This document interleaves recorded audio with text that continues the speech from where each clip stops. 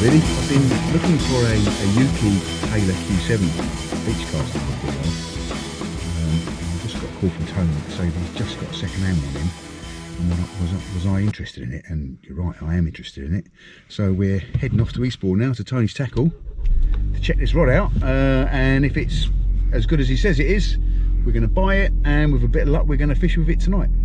So I'll switch the camera off now, switch it back on again when we get there, and have a look at the rod. So I made it to Tony's through the traffic and the rain, anxious to have a look at this rod, and here it is. It looks lovely, doesn't it? It looks really nice, in really good condition. Look at that tip on it, tiny, isn't it? Just have a little bend on the tip for us. It's lovely. Look at that. It's probably the thinnest long rod on the market, and most of them, a lot of rods snap, but for some reason it's very, very thin, but they sound great. Incredible. That's a splice, it's a solid tip, isn't it, that's spliced in. Yeah, no, I like that. Definitely. Mate, see, all I'm doing for that is selling that to very seldom do I walk into shops and your shop and not buy a fleeting fishing rod. No, I know. But we're in Tony's. Obviously, I'm going to buy that rod because I can't walk into Tony's tackle shop without buying a rod. But just having a look around, and he's got some very nice Ziplexes in here. I haven't used a Ziplex for many years. I really want to get my Ziplexes out and give them a go, I guess. But if you're interested, he's got them, and he's got them at a real deal. I'm not going to say the price. You need to ring him and ask him. So there you go. Have you got any spinning rods? yes. Just come down to have a quick look at where we're thinking about going fishing tonight. Actually, the wind and everything is meant to drop away a bit, and the rain is meant to stop tonight. But looking out there, that looks fishable there. It's not too bad at all. And as I say, it is scheduled to improve. So that way, where there is some fishing, I think it's fishable. But certainly off here, because we're tucked in that little bit further behind the land, and the wind is already coming off the land, I think that's quite fishable. We can tuck ourselves in behind the groin here. So yeah, I think this is the spot. So hopefully next time I'm here, it will be dark, it won't be raining. Let's give it some hope. Right, well, we're down here, we're on the beach, we're getting set up. It's me and there's Jace. So we're going to fish together tonight, and we're going to have a good night, I think. Tide's got a little bit more flood to come, but I don't think it's going to reach us here. And then we've got the first start of the ebb, which I think is probably going to fish well. Optimism, my middle name. Let's see how we get on. Right, so Jason's tackle's tackled up. It's got a nice bit of bluey and a bit of squid, I think, by the look of it. There's a cocktail, and then the famous, or the infamous, just introduced, not quite on the market yet, hangover rig, which looks pretty cool. Pretty cool. Interesting to see how that goes. Yeah, I do like long flowing traces. Have experimented with up and over rigs in the past with sort of medium success, but the way this is set up, looks like it's going to work a treat. I like the idea of the spring being on there, so that it keeps it under nice tension, but it's going to want to release, which is really good. So yeah, it'll be interesting to see how that goes tonight. Definitely I will be ordering some very shortly. I actually emailed them the other day and said, when's it coming on the market, and I think it's probably on the market now, so that is the next purchase. So also down here is Matt, and he's just tackling up at the moment. Have a quick look at what he's tackling up. Nicely organised. Yeah, I like to be. Unlike me, it's normally a mess. So he's got his rigs all there set up. Similar things what Jason's using, really. Oh yeah, so the trident stuff. Yeah. Pulley beads. Yeah. A 3/0 pedal with fresh peeler crab. Oh, fresh peeler. Where'd you get peelers from? Devon. I've got a contact and I've got a few. Oh. Yeah, the aero pulley. Yeah. I'm trying them really. So, you know, whip it out. You never know, might have a ray, a bass. Yeah. About that. Well, there's got to be some bass around when it's being rough like this. Fish could resist that. So. Oh, the man with the golden bait, mate. He's got feeder crabs. I'll look up another one in a minute, probably with just some squid on it. And, Yeah. So I've got some nice fresh stuff there. So Oh, right, fantastic. mackerel in the bottom side. Yeah. Get this one out. Oh, well. There you go. So, Jason had a bite and wound it in, and he's brought in a line that has cracked off, which happened to be Matt's. And so it's a kind of a team effort.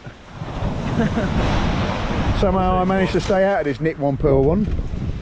But nice little doggy. We have opened the account for the night.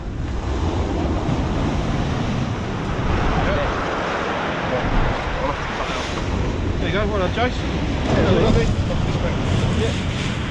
Yeah, I'm not going to catch and cook that, it's too much like hard work. Right, well, we've had a good bite, and there's something on there. It might just be a carrier bag. Feels like a carrier bag. I wouldn't say it's fighting hard, although it's kiting over to the right a bit.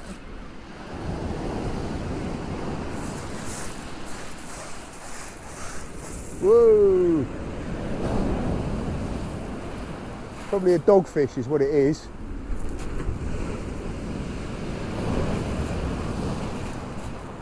Got it? Yoo-hoo! Mr. Thornback! Is it a Thorner? Yeah. Yeah, baby. Yeah, baby. Yoo-hoo! Christen my new rod. Lovely. Look at that. It's only a little one, but it's still. Mate, a Thornback is a Thornback. Well And it's the target species. That is freaking awesome. Well done, mate. Didn't declare it as a target species because I knew it would jinx me, but now I've caught one. I can announce it was the target species. Well done, that man. Well done, that man. Well done, that seagoo. He's got a ray. Well done, mate. He's got a doggy, has he? Yeah. There you go. It's coming on the feed, isn't it? Just on the start of the ebb, isn't it?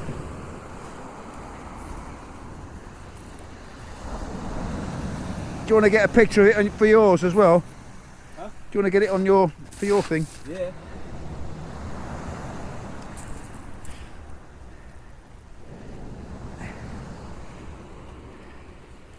I made the mistake of putting my finger in its mouth, a Ray's mouth last year, and ended up with a black finger.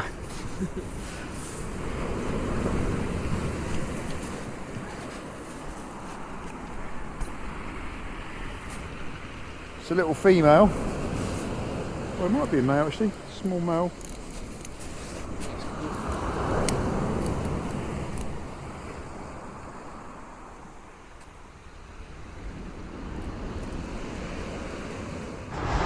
Okay, so target species, nice little thornback, beautiful little fish, nice condition, and that was on a bluey, which was infused with seagoo. So, yeah, hey, the seagoo works. So, well made up with that.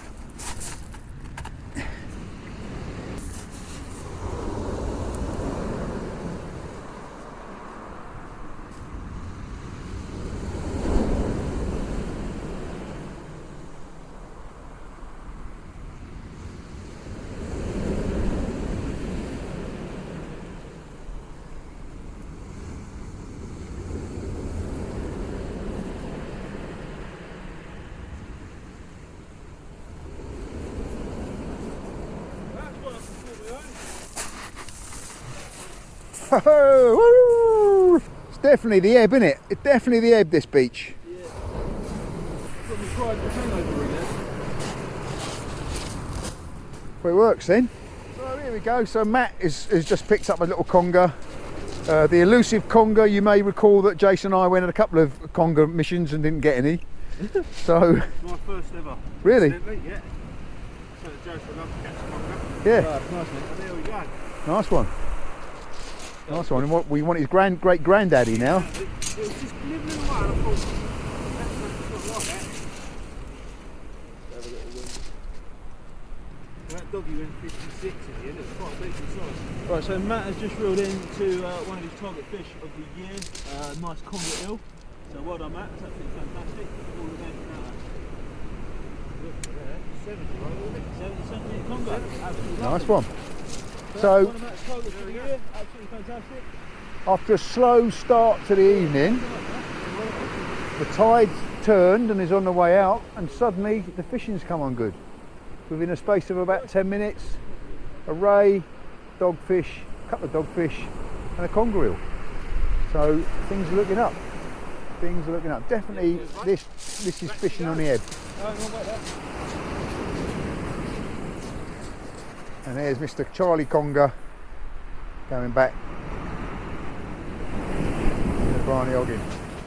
It looks like we failed in the catch the whiting for the catch and cook, so I think it's going to have to be the fallback of sausage and beans.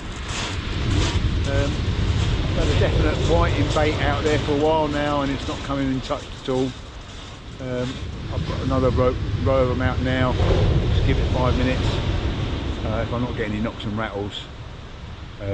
The good news means that there isn't any whiting. The bad news is that there aren't any whiting. I need to catch some and cook them and have them with tea. So it's going to be sausage and beans, I think. But there you go. Right, here we go. Get the fire going. Again, we've got fire, baby, and we've got the beans and the sausages on the boil. I've also got the kettle ready.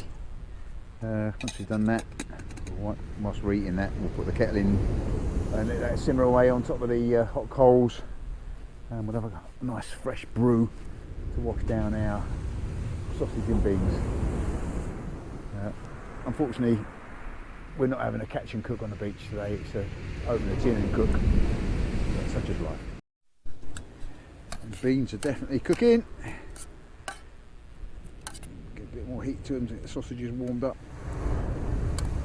And then we'll chuck a little bit more wood on the fire, I think, and stick the kettle on. That's good, mate.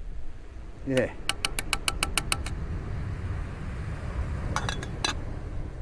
You cannot odds hot food on the beach.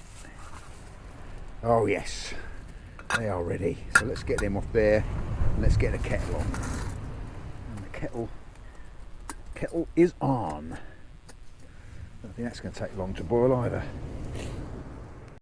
Right, the problem with having a chest mounted camera is that you end up dropping all your food into it. So I'm going to have to move it to one side whilst I'm eating this. And I'm sure you don't want to see me eating, so I'll spare you that. So looking around at all the little detritus that's washed up here. Loads of mermaid purses. Dogfish eggs. Or rays, it could be ray eggs of course.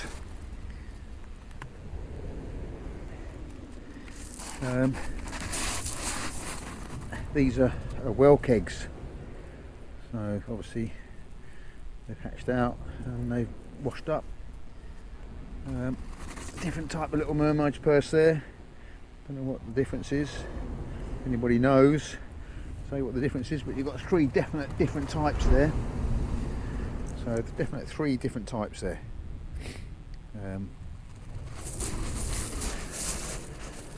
Not seen any big clams washed up this time, which is good because it means that fish are starting to look for bait again rather than gorging on the free offerings from the Storm Chiara or Dennis. Tide is definitely on the way out now, which is good. Means there's a bit of tidal flow. And we had that little flurry of fish just as the tide went on the turn, which was actually quite exciting, but it seems to have gone quiet now.